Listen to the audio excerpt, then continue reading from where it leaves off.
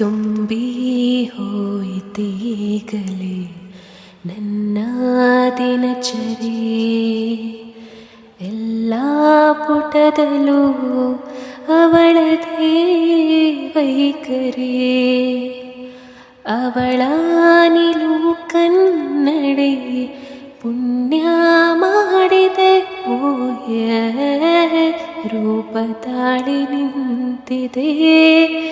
ನನ್ನದೇ ಕಲ್ಪನೆ ಮಾಯವಾಗಿದೆ, ಮನಸ್ಸು ಹಾಗೆ ಸುಮ್ಮನೆ ಗಾಯವ ಮಾಡಿದೆ, ಕನಸು ಹಾಗೆ ಸುಮ್ಮನೆ.